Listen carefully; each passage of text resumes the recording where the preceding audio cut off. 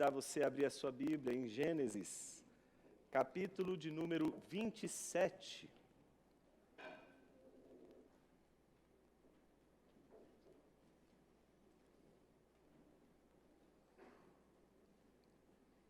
Gênesis 27, dos versículos 1 a 29. Na semana passada, nós nos dedicamos a analisar Gênesis 26, e em nossas análises de Gênesis 26, observamos que a história do eleito de Deus é a história também de um enganador, de um impostor, de alguém que na sua desconfiança na providência divina, lança a mão de seus próprios recursos, de todos os meios possíveis que possam justificar um fim que, em certa medida, é louvável. Vimos, portanto, em Gênesis 26, a história do eleito enganador. Hoje, em Gênesis 27, vamos analisar a história deste eleito de enganador a enganado. Dizem que tudo tem volta nessa vida. Dizem que o que faz de mal, você recebe de volta. E aquele que um dia enganou, agora está sob o engano. A história de hoje é a história de um pai enganado por um filho impostor, por um filho que roubou a identidade do seu irmão, um filho que, sendo escolhido como pai, se tornou também um enganador. Vamos ler o que diz as Escrituras.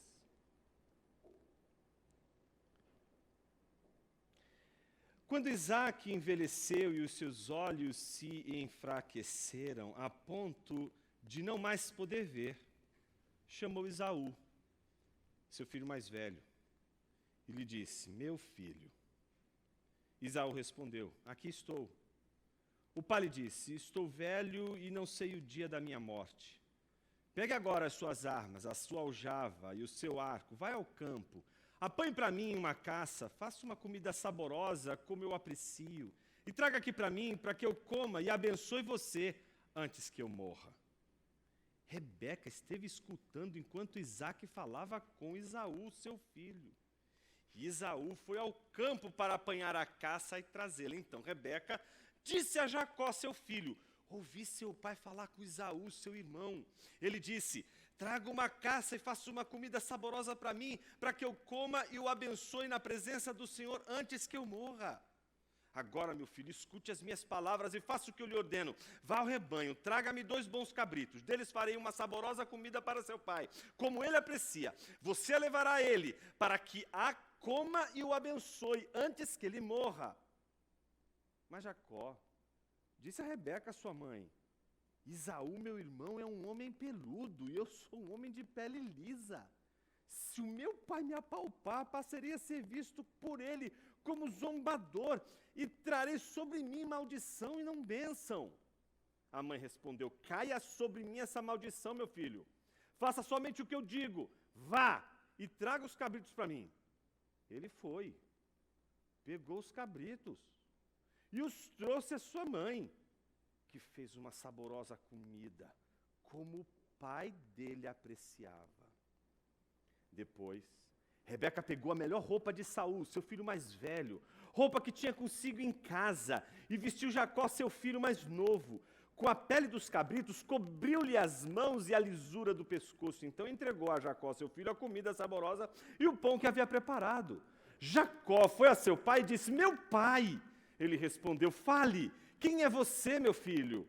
Jacó respondeu a seu pai: sou Esaú, seu filho primogênito. Fiz o que o Senhor ordenou. Levante-se, por favor, sente-se e coma da minha caça, para que depois o Senhor me abençoe. Isaac perguntou a seu filho: como foi que você conseguiu achar tão depressa, meu filho? Ele respondeu: porque o Senhor, seu Deus, a mandou ao meu encontro. Então Isaac disse a Jacó: chegue mais perto para que eu o apalpe, meu filho, e veja se você é o meu filho Esaú ou não.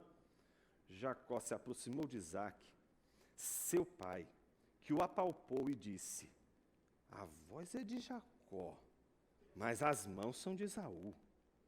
E não o reconheceu, porque as mãos realmente estavam peludas como as de seu irmão Esaú, e o abençoou. Então perguntou: você é mesmo o meu filho Esaú? Ele respondeu: eu sou. Então disse: traga isso para perto de mim, para que eu coma da caça de meu filho e o abençoe. Jacó levou até ele e o pai comeu. Trouxe-lhe também o vinho e ele bebeu. Então Isaque, seu pai, lhe disse: venha cá e me dê um beijo, meu filho. Ele se aproximou e o beijou.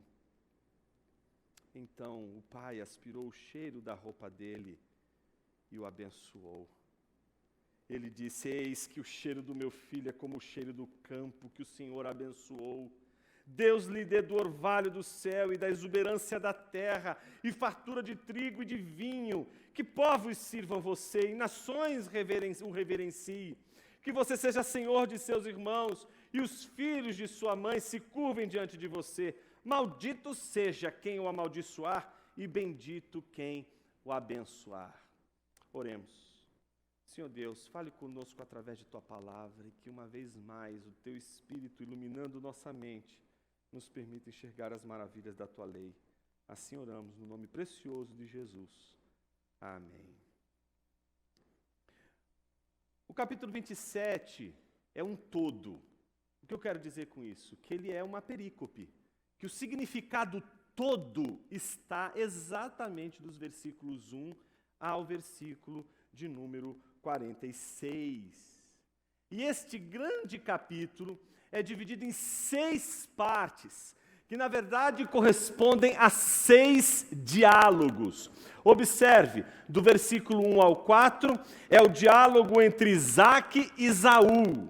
O segundo diálogo, que vai do 5 ao 17, é o diálogo de Rebeca e Jacó. O terceiro e último diálogo, que a gente acompanhou até agora, é o diálogo entre Isaque e Jacó. Na semana que vem, veremos o quarto, o quinto e o sexto diálogo. O diálogo de Isaque e Esaú novamente, o diálogo de Rebeca e Jacó novamente, e o desfecho. O casal, uma hora dessa, precisa conversar. Então termina com Isaque e Rebeca no seu último diálogo, o último dos 6 diálogos que constituem esse trecho que nós acabamos de ler. Eu vou apenas focar nessa noite, nesse fim de tarde, essas 3 primeiras partes, esses 3 primeiros diálogos. O diálogo, portanto, que abre a série de diálogos, que é o diálogo entre Isaque e Esaú.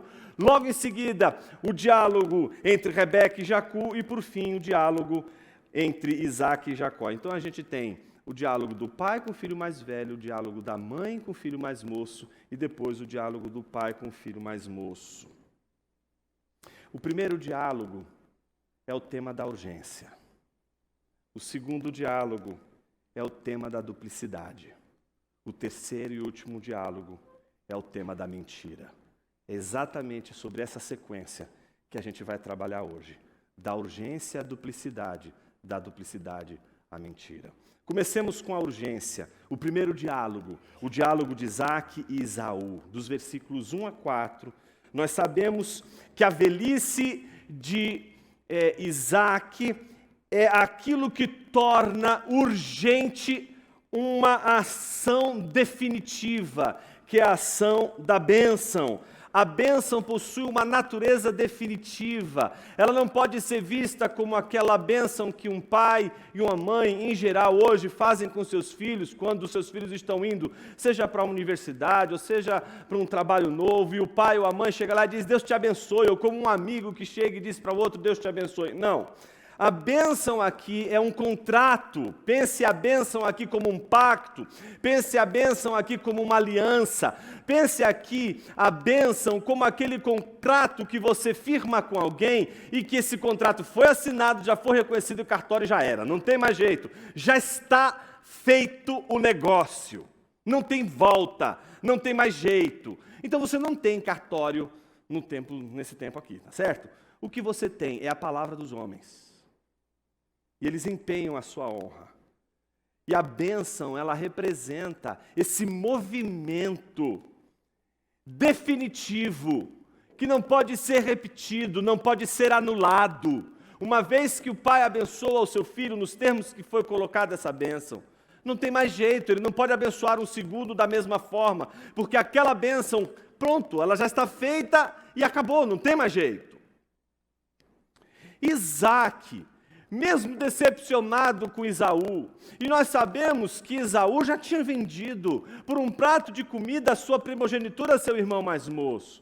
Já sabemos que Esaú havia casado justamente com as hititas, coisa que Isaac, desde os tempos de Abraão, quando esperava por Rebeca, se recusou a casar com as hititas para se casar com a mulher que Deus havia determinado para ele casar-se. E Esaú foi lá e casou com as hititas, e casou com as duas hititas, o que trouxe muita perturbação, tanto para Rebeca como para Isaac. Então, mesmo assim, como a gente sabe do texto anterior, do capítulo anterior, Isaac nutria um carinho, um amor impressionante pelo filho mais velho. E mesmo que houvesse o oráculo divino, que foi dado a Rebeca acerca do filho mais moço, que se sobreporia ao filho mais velho, a ponto do filho mais velho servir ao mais moço, ainda assim, nós encontramos um Isaac fazendo de tudo para que aquele que ele quer que seja abençoado, seja assim abençoado. Ele é o primogênito, ele vai ser abençoado. É assim que funciona a regra. Então, ele sabendo que está para morrer e que não tem muita coisa pela frente, ele já resolve, portanto, liberar a bênção sobre Esaú. As orientações que Isaac oferece a Esaú são as orientações básicas de tudo aquilo que ele esperava que o filho mais velho fizesse. Aquilo que mais trazia alegria, aquilo que fazia ele ter orgulho de Esaú, é aquilo que ele está agora orientando Esaú a fazer. Eu quero que você preste atenção nisso, porque o pai está dizendo ao menino o que o menino tem que fazer, e o menino é obediente. Ele é obediente.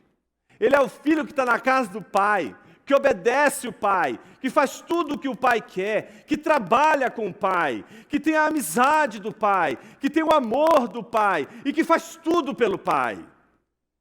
Ele é o filho mais velho, que se sente responsável pelas coisas do pai. Ele é o filho mais velho que também cuida do pai. A proximidade do filho mais velho com o pai é inevitável. O pai reconhece o filho pelo cheiro. A voz pode confundir, a pele pode confundir, mas ele sabe o cheiro de Esaú, porque Esaú é próximo dele. Esaú é o filho próximo, é o filho que cuida das coisas dele. E é um filho obediente, porque quando o pai, no exato momento em que dá as orientações para que ele vá ao campo e casse, e ofereça para ele essa caça do jeito que ele cozinha e ninguém mais cozinha, então, o que a gente vê no versículo de número 5 é o cumprimento dessa obediência. No versículo 5, dessa orientação, o versículo 5 diz: Rebeca esteve escutando enquanto Isaac falava com Esaú, seu filho, e Esaú foi para o campo apanhar a caça e trazê-la. A gente já sabe que esse negócio de ir para o campo caçar leva tempo, né? E às vezes demora muito. Então, Rebeca estava lá, escutando a conversa atrás da porta, né? E disse assim: pronto, é agora. Mas a gente tem tempo suficiente. Por que tem tempo suficiente? Porque ninguém caça as coisas rápido. Ninguém faz isso tudo tão rápido. Ela já sabendo de tudo isso, a gente vai para o segundo movimento, que é o movimento da duplicidade. Diante da urgência, você tem ali Isaac sabendo que vai morrer, está liberando a bênção para Esaú. Diante dessa urgência, ele já manda o menino trazer a comida, porque ele vai derramar a bênção. Rebeca, sabendo de tudo isso, e tendo em mente a consciência do oráculo, tal como a gente viu em 25, versículos 22 e 23, ela não pensa duas vezes em chamar Jacó para uma conversa, para que Jacó possa, no seu plano, suplantar Esaú e receber aquela bênção que, segundo o oráculo, deveria ser dele e não do irmão mais velho. Então, a urgência gerou o contexto da duplicidade. O que é o contexto da duplicidade? É onde nasce a farsa. Toda farsa nasce diante de uma urgência, diante de algo importante, diante de algo fundamental, e tem que ser agora. Ou você faz agora, ou não tem mais jeito. Observemos passo a passo como a duplicidade vai sendo construída por Rebeca. Se de um lado o filho vai obedecer, o filho mais velho vai obedecer o pai, nós vamos ver como o filho mais moço vai obedecer a mãe. Observe que a primeira coisa que deve nos chamar a atenção é aquilo que Calvino chama de o zelo moral, zelo imoral de Rebeca. Por que zelo imoral? O zelo é imoral porque o zelo é por um oráculo que Deus havia lhe dado. Os gêmeos estavam lutando entre eles. E ela não estava entendendo o que estava acontecendo. E é Deus que dá um oráculo para ela, dizendo: o mais moço será aquele que se sobreporá ao mais velho, e o mais velho servirá ao mais moço. Ela tinha o oráculo. Ela sabia o que Deus havia determinado. Então, diante daquela notícia, ela não consegue confiar no oráculo de Deus. Ela não consegue confiar na palavra de Deus o suficiente. Ela diz assim: acho que Deus precisa da minha ajuda. Pronto. Toda a nossa danação começa quando a gente acha que Deus precisa de uma forcinha. Deus está precisando, acho que Ele está muito ocupado, a agenda dele é muito cheia, as pessoas estão aí, é tanta gente pedindo, é tanta gente solicitando, é tantos pedidos de oração, vem de tantos lugares do planeta. Imagina, olha, como é que Deus vai fazer um monte de coisa ao mesmo tempo? Ele não parece ser tão imperativo assim, ele deve ter esquecido alguma coisa, eu vou tentar dar uma ajudinha. Esse zelo, observe, é por algo bom. O que é esse algo bom? O que Deus falou. O filho mais moço vai se sobrepor ao mais velho, e o mais velho vai servir ao mais moço. Há uma razão, há um fim que é louvável. Há uma razão, um motivo que é compreensível, que você diz, faz sentido, essa é a vontade de Deus. Mas os meios são completamente imorais. Eu acho que a gente ainda não entendeu isso, meus irmãos, nos nossos dias. Hoje tem evangélico fazendo de tudo para crescer. Só não mata. Mas se puder roubar, se puder burlar uma regra, não, mas por quê? Porque a gente, no fundo, a gente alcançou mais gente para Jesus. Você entende o que é o zelo imoral? O zelo imoral é aquilo que coloca um motivo nobre, digno, sob meios imorais, que não se justificam e jamais serão justificados. Nada que seja tão bom que você possa desejar e possa ser um bom motivo e possa ser uma boa razão, jamais vai poder ser um fundamento para justificar meios ilícitos. Então, o zelo imoral de Rebeca é o zelo de uma mulher que sabe o que está acontecendo, está preocupada com os movimentos, ela acha, não vai dar tempo, Deus não vai resolver isso, eu vou precisar resolver isso, eu vou precisar ajudar isso. Você já lembra isso uma vez na história ou não? A Sara estava lá, já passou tanto tempo, vem cá, vamos resolver esse problema seguinte, olha, você aqui, se deita com meu marido, faz um filho com ele, pronto, dá uma sucessão para ele, está tudo resolvido. O objetivo final é compreensível. A razão final é compreensível. Os meios são a declaração mais concreta do desespero e da falta de confiança no Senhor. O zelo imoral é a experiência de alguém que não conseguiu confiar no Senhor o suficiente. Me dirijo àqueles que hoje aqui, diante das situações mais difíceis, não conseguem confiar no Senhor e começam a lançar dos seus próprios meios, e às vezes de meios ilícitos, para realizar coisas boas, dignas. O problema é que todas as vezes que para realizarmos uma coisa boa, a gente tem que usar meios ilícitos, e é aí que começa a duplicidade. Porque uma coisa é o que é digno, outra coisa é o que não é digno. E aí você tem que caminhar exatamente com essas duas coisas, equilibrando essas duas coisas. Ao mesmo tempo, algo ruim que você está fazendo com algo bom que precisa ser feito. E você tenta reunir essas duas coisas, como se essas duas coisas fossem possíveis. E elas não vão se unir.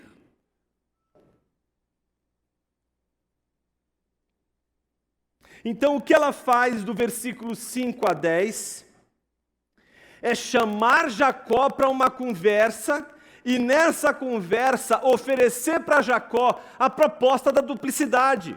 Que proposta é essa? Do versículo 5 ao 10, observe, ela vai recontar a história para Jacó que ela ouviu atrás da porta. Você já viu isso em algum lugar ou não? Todas as vezes que a gente conta uma história que a gente ouviu atrás da porta, a gente sempre aumenta uma coisinha, né? Por exemplo, olha que coisa curiosa. Quando é que você vê Deus dizer, Isaac dizer para Jacó que ele vai abençoar na presença do Senhor? Não, ela fala isso e coloca mais palavras na boca de Isaac, porque ela quer provocar em Jacó uma reação urgente. Ela está, algo que não foi tão assim alarmante, agora se torna tão alarmante, tão urgente, que Jacó está entre a vida e a morte. Ele tem que fazer isso agora, senão ele vai perder tudo. É tudo ou nada. Desde o Éden a gente cai nessa, né? Será que foi isso mesmo que Deus disse? Sempre no Éden tem alguma história no meio, que a coisa não chega de forma direta, sempre tem alguma nuance, sempre tem alguma coisa que distorce a promessa, distorce o que Deus está fazendo. Então ela apresenta de forma distorcida, mas apresenta uma urgência a Jacó. Então ela faz a proposta da duplicidade. Essa proposta você vai ver do versículo 5 ao versículo de número 10. Ela diz o que aconteceu, fala tudo direitinho e dá as instruções para ele. Observe o que ela diz. Agora, meu filho, a partir do versículo 8, escute as minhas palavras e faça o que lhe ordeno. Então, da mesma forma que Isaac deu ordens a Esaú, agora Rebeca dá ordens a Jacó. E as ordens são as seguintes. Agora, meu filho, escute as minhas palavras e faça o que lhe ordeno. Vá ao rebanho, traga-me 2 bons cabritos, deles farei uma saborosa comida para seu pai, como ele aprecia. A ideia aqui no texto é que ela já estava de olho no tempero de Esaú faz tempo. Ela já estava premeditando tudo há muito tempo. Tanto é que você vai ver que Jacó ele não tem muitas respostas, ela tem todas. Ela resolve até o problema do fofão, né? Vai lá, pega uns cabritos, traz ali um monte de pelo, a gente vai resolver tudo isso. Resolve até coisas que Jacó nem sequer tinha pensado. As roupas, o cheiro, tudo está ali. Está tudo muito orquestrado. A duplicidade toda está feita. Ela está com tudo na cabeça. Ela tem um plano na cabeça. Esse plano está todinho na cabeça dela. E se ele fizer esse plano, vai dar tudo certo. É isso que Rebeca está propondo para Jacó. E está dizendo, se você fizer esses passos, vai dar tudo certo. Aí o versículo de número 11, ele é assustador, gente. Ele é assustador. Porque o versículo de número 11 é a reação de Jacó. Então diz assim, né? Mas, esse mais, é um Jacó que vai trazer um contraponto. Então você está esperando assim, mulher, você é louca. Não recebemos o bem de Deus, não receberemos também o mal. Poderia dizer várias coisas dessa natureza. Mas não. Dizem que uma fruta nunca cai muito longe do seu pé, né? Então, o que acontece? Esaú, meu irmão, é um homem peludo. E eu sou um homem de pele lisa. Ou seja, ele não está dizendo assim, mãe, isso é imoral. O que a senhora está me pedindo não está certo. Onde que a senhora estava com a cabeça para pensar um negócio desse? Imagina que eu vou fazer isso com meu pai. Imagina, ele, veja, só tantas coisas ele já fez por nós. A gente não poderia fazer um negócio dele com ele, mas imagina enganar o velho. Ele está cego, não consegue nem enxergar direito, você não tem pena de fazer isso com seu marido. Poderia teria um bom sermão para dar, não é? Poderia dizer, mãe, não vou fazer um negócio desse, mas nunca. Eu mesmo vou falar para o meu pai, dizer, pai, por que você vai dar a bênção para ele? Qual é a diferença entre ele e mim? Quais são as diferenças para você estabelecer uma prioridade para ele? Vai conversar. Não. O problema de Jacó não é um problema moral. O problema de Jacó é que eu não sou peludo. Eu não sou como um fofão. Ele é um fofão e eu não. A gente tem uma barba parecida, a gente tem uma voz muito parecida, mas, olha, eu não tenho, a pele é lisa. A hora que ele botar a mão no meu braço, ele já vai saber de tudo, não tem como. Você está entendendo? O problema de Jacó é assim, mãe, o seu plano tem um furo. Não dá certo esse plano. Porque, no fundo, Jacó não está pensando na moral do plano da mãe. Está pensando se vai dar certo ou não. Ou seja, Jacó aceita a duplicidade como uma saída para alcançar um fim nobre. Quantas e quantas pessoas não fazem isso? Aceitam a farsa e justificam por um bem que elas dizem ser nobre. Elas vão viver uma farsa, vão viver uma história que não é a história delas. Vão viver uma maneira de ser que não é a maneira de ser que elas gostariam de viver, mas por uma causa nobre. O problema é que elas vão fazer isso usando meios ilícitos. Não são meios lícitos, porque se fossem meios lícitos, tudo bem, você está usando outros meios, mas os meios são ilícitos. Então a reação de Jacó é uma reação igualmente imoral.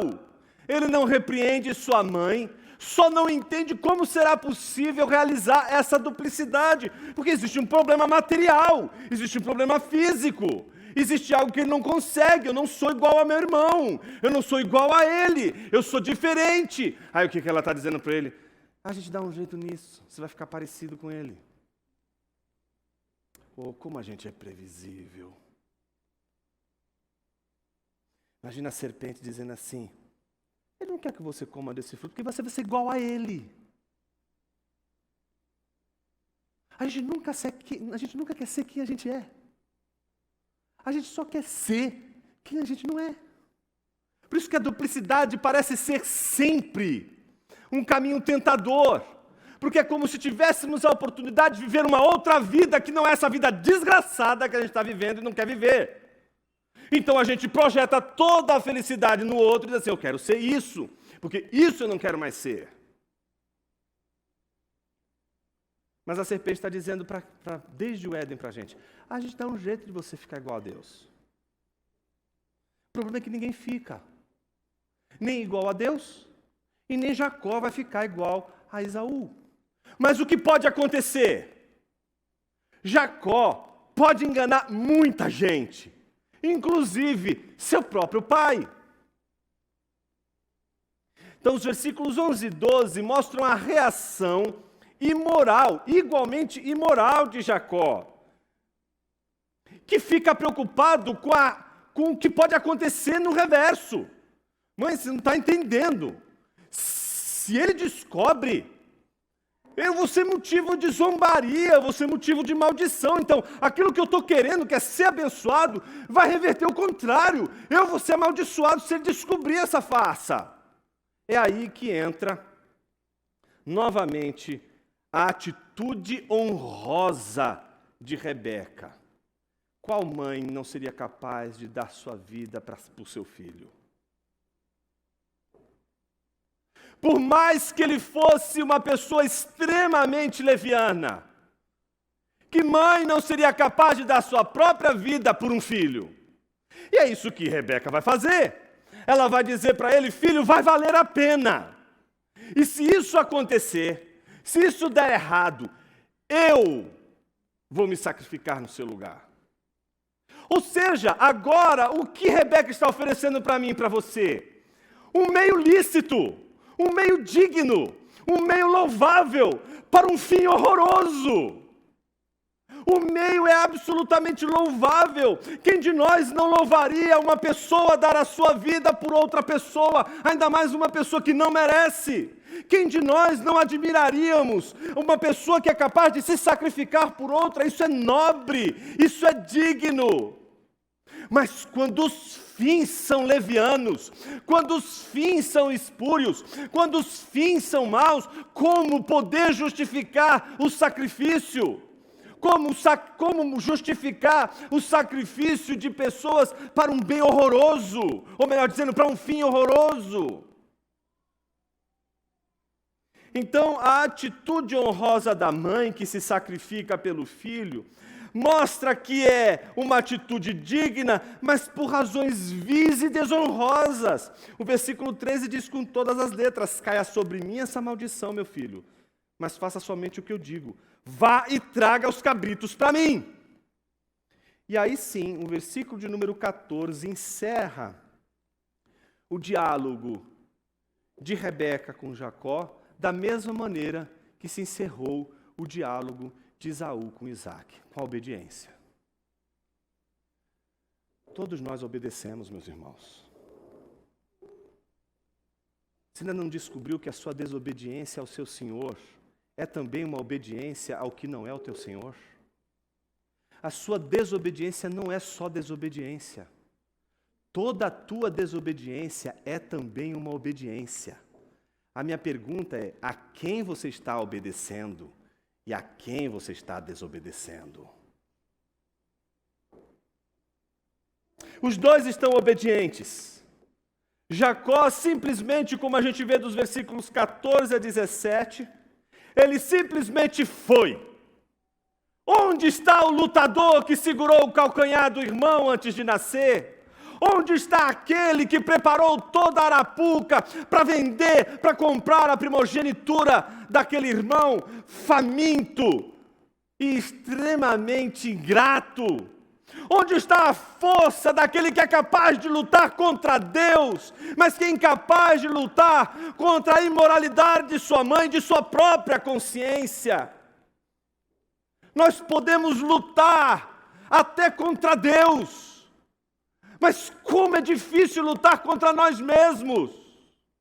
É fácil negar a existência de Deus. É fácil lutar contra Deus. É fácil você brigar com Deus. É fácil você colocar diante de Deus suas questões. Coloque elas a você agora. Coloque você mesmo em xeque. Resolva você mesmo duvidar de você mesmo. Se você experimentou até hoje a dúvida de Deus, você é fraco. Fraco. Você não sabe o que é ser um cético para valer. Quer ser um cético para valer? Duvide de si mesmo.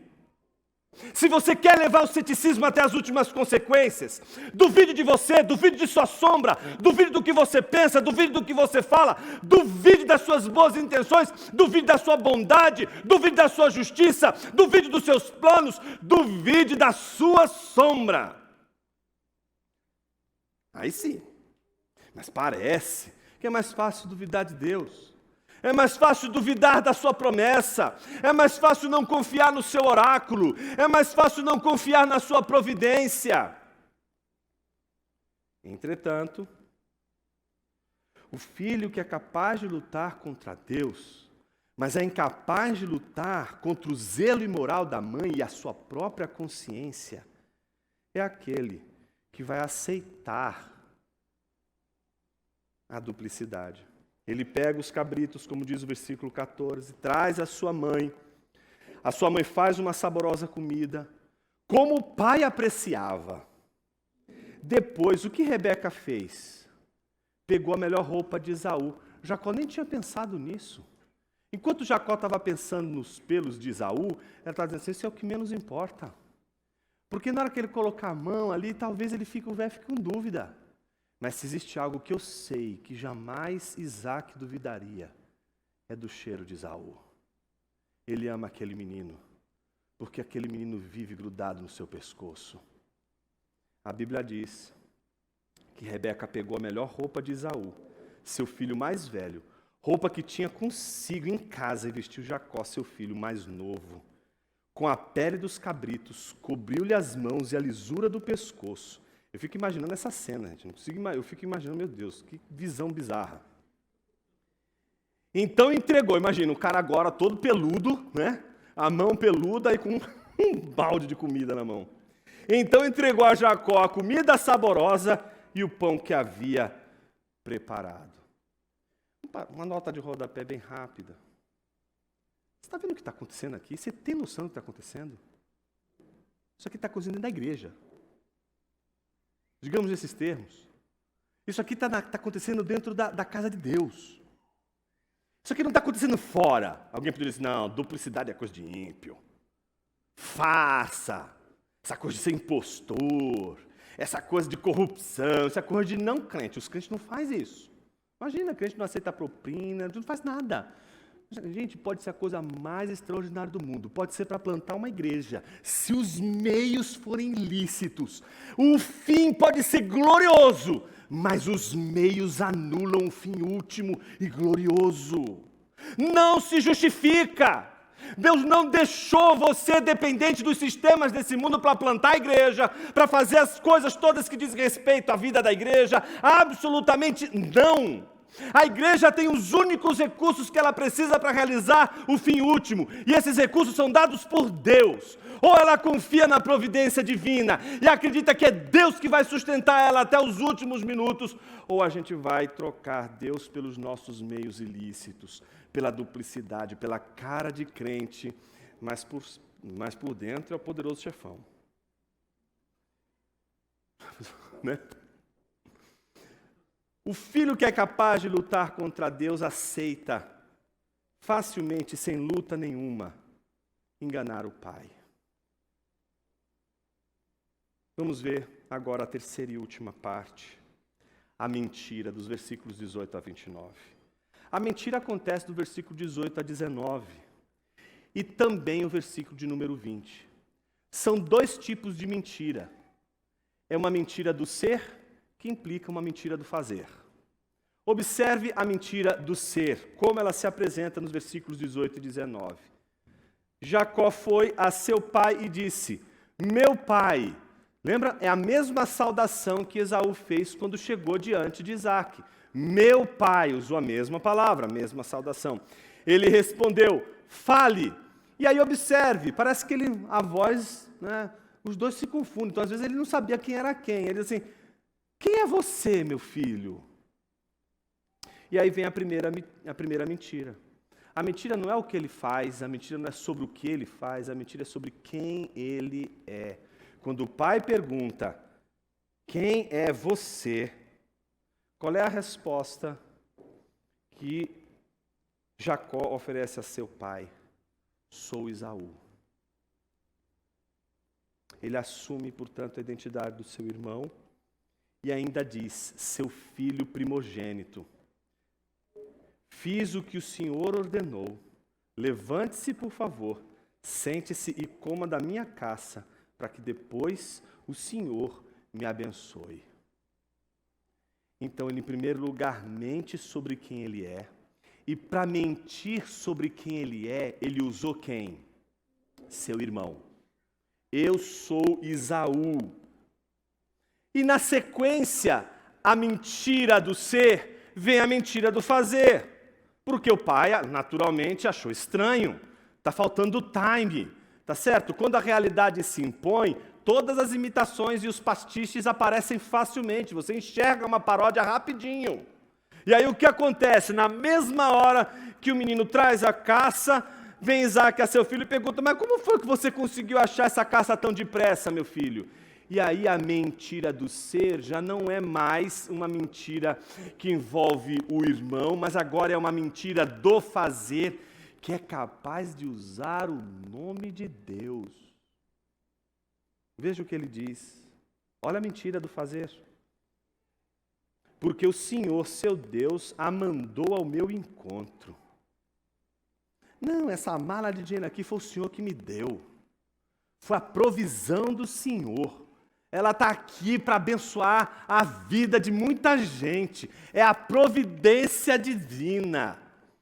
Como a gente pode usar o nome de Deus para justificar as nossas mentiras, que começam não com aquilo que fazemos, mas com aquilo que somos?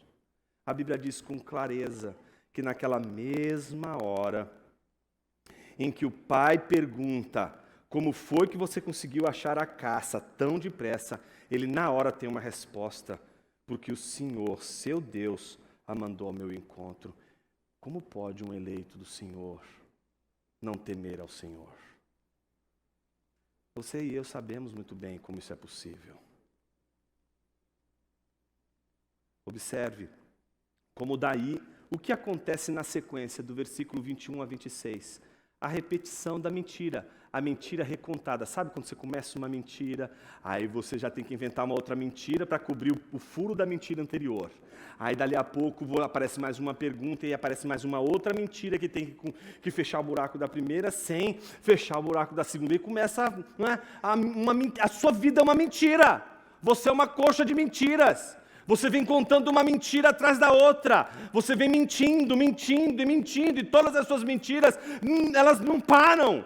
Porque a primeira mentira que vai te colocar esse redemoinho de mentiras, não é a mentira sobre o que você faz. É a mentira sobre o que você é. É ela que vai mudar tudo. É ela que vai fazer você entrar nesse redemoinho de mentiras. E vai mentir o tempo todo. E vai mentir, vai mentir, vai mentir. Vai abrir todas as torneiras da mentira.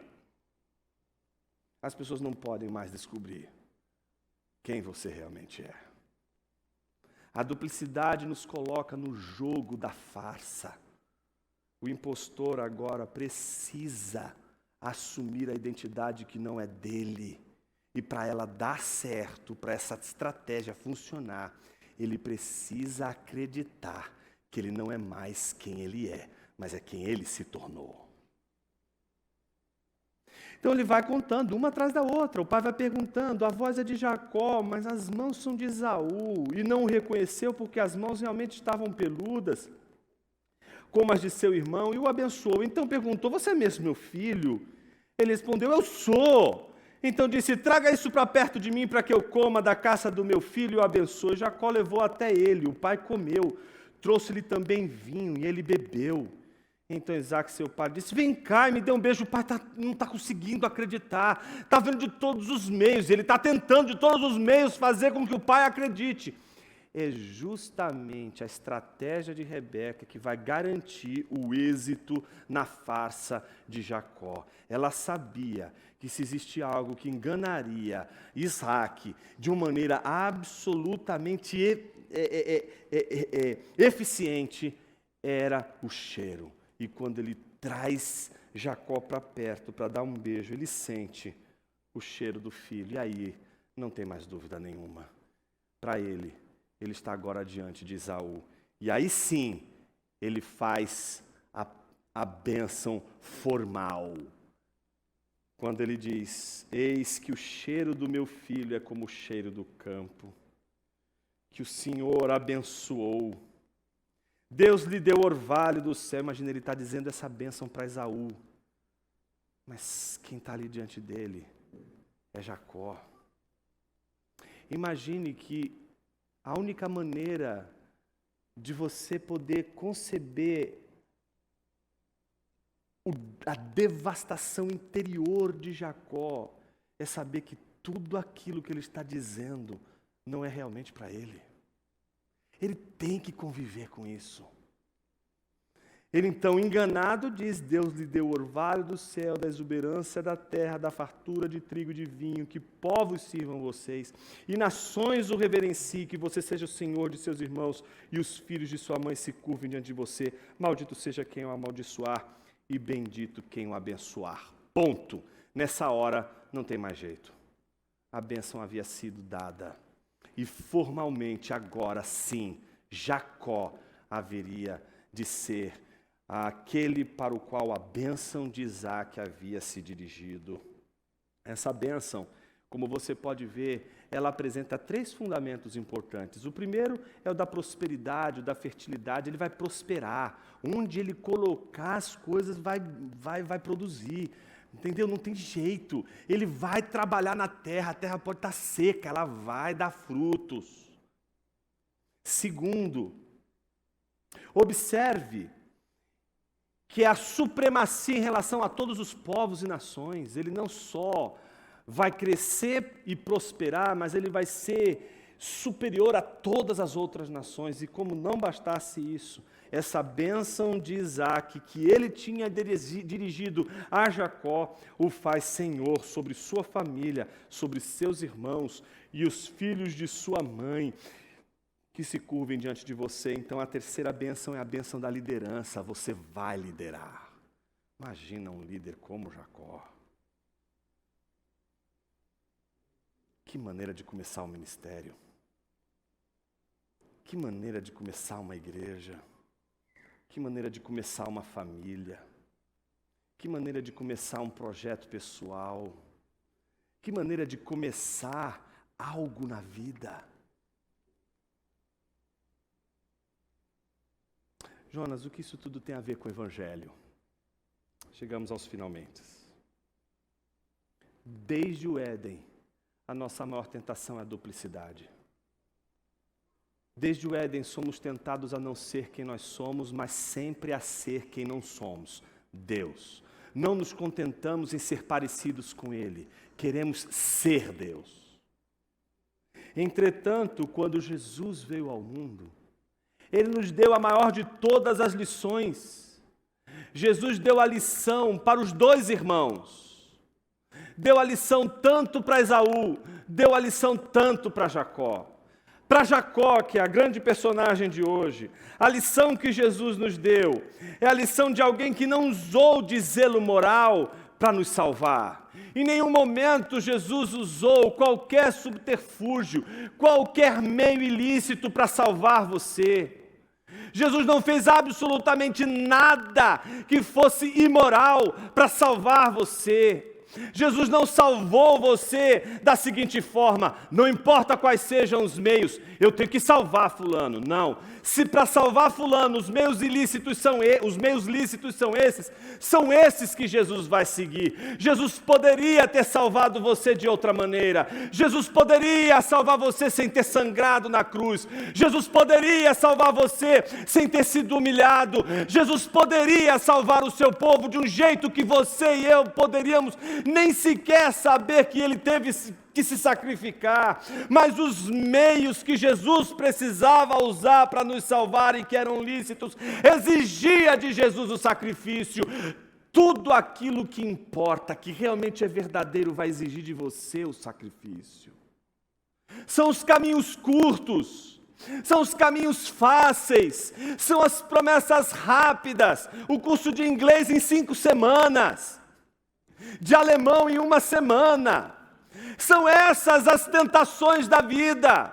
São essas aquelas tentações que oferecem para você uma farsa, que oferecem para você uma ilusão. Não, Jesus não usou de zelo imoral para nos salvar. Jesus se sacrificou pelas razões certas, pelas razões dignas. Ele não vendeu sua primogenitura.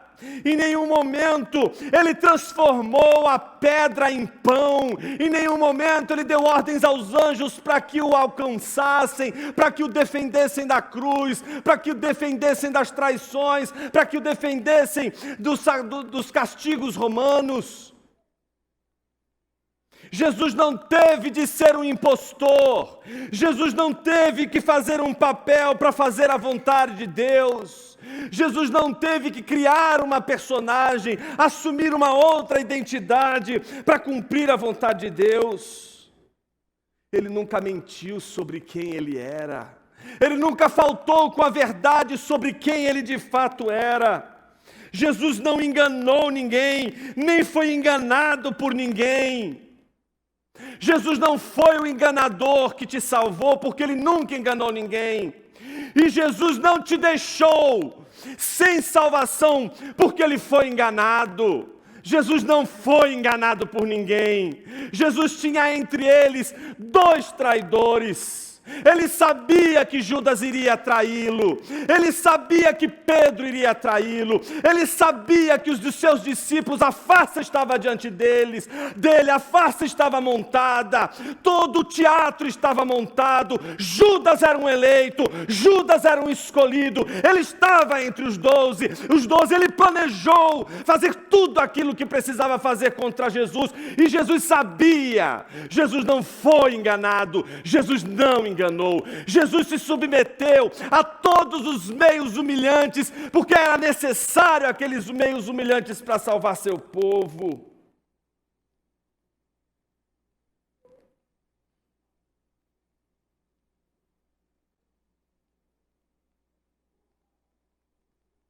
Jesus sabe muito mais do que Isaac o que é receber um beijo no rosto, sentir o cheiro daquele que escolheu, sentir o cheiro daquele que é seu. Mas mais do que Isaac, Jesus não foi enganado por Jacó. Ele sentiu o cheiro de Judas, ele sentia o cheiro de Pedro, ele sabia que ambos eram traidores. Jesus não foi enganado. Mas Jesus sabia que até mesmo a traição que eles estavam praticando contra ele jamais poderia quebrar o curso da providência divina. Jesus confiava no Pai como Senhor da história. Por isso a minha pergunta para você nesse fim de tarde é se você confia no Senhor da história. Porque quando a gente não confia no Senhor da história, nos sobra 2 caminhos. Nos sobra o caminho da duplicidade. O caminho da duplicidade nos leva para a mentira. O caminho da mentira nos leva para inúmeras outras mentiras. Mas é somente a verdade diante de Jesus que nos faz descobrir que Ele nos amou, não como nós gostaríamos de ser, mas como nós somos. Por isso que Jesus não está dizendo para você, seja quem você quer ser para eu te salvar, porque eu não vou salvar enquanto você não se limpar. Não. Você é como o sumo sacerdote Zacarias. Você está imundo, Satanás está diante de você, apontando que as suas vestes estão sujas, a sua estola sacerdotal está suja. Você não tem o que dizer porque você olha, realmente está sujo, mas o que você vê é um Deus que aparece, Ele não fala, mas Ele manda os seus anjos te lavarem. E você é limpo. E Satanás não tem mais nada para te acusar, porque foi Jesus quem te lavou pelo sangue precioso daquela cruz. Eu me dirijo hoje aos crentes que há tanto tempo estão mergulhados numa farsa.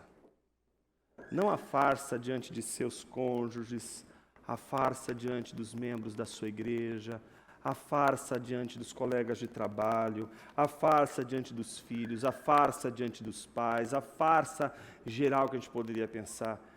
Eu estou me referindo à maior e à mais terrível de todas as farsas, aquela que você faz para Deus. Você acha mesmo que você é diferente de Pedro e diferente de Judas? Será que eu e você não somos capazes o suficiente de querer se fazer passar diante de Deus como alguém que merece ser salvo por Ele? Chegou o dia dessa farsa cair por terra. E essa farsa só cai por terra se você for capaz de olhar para Jesus e dizer: Senhor, eu sou como Jacó, mas eu não tenho que ser como Jacó. E Saula Timborska, ela diz uma frase muito interessante. Ela diz assim: sou, mas não devo ser filha do meu tempo. Em outras palavras, você é deste mundo, Mas você não pertence a esse mundo. Você não tem de ser desse mundo. Você é filho de Adão, mas você não tem de ser como Adão. A Bíblia nos ensina que o nosso modelo é Jesus. E eu quero nessa hora orar com você, para que a graça e a misericórdia de Cristo Jesus nos alcance, para que o Jacó que habita em nós possa, quem sabe, um dia mudar até de nome, não ser mais Jacó, não ser mais suplantador, mas ser aquele que Deus salvou. Vamos orar.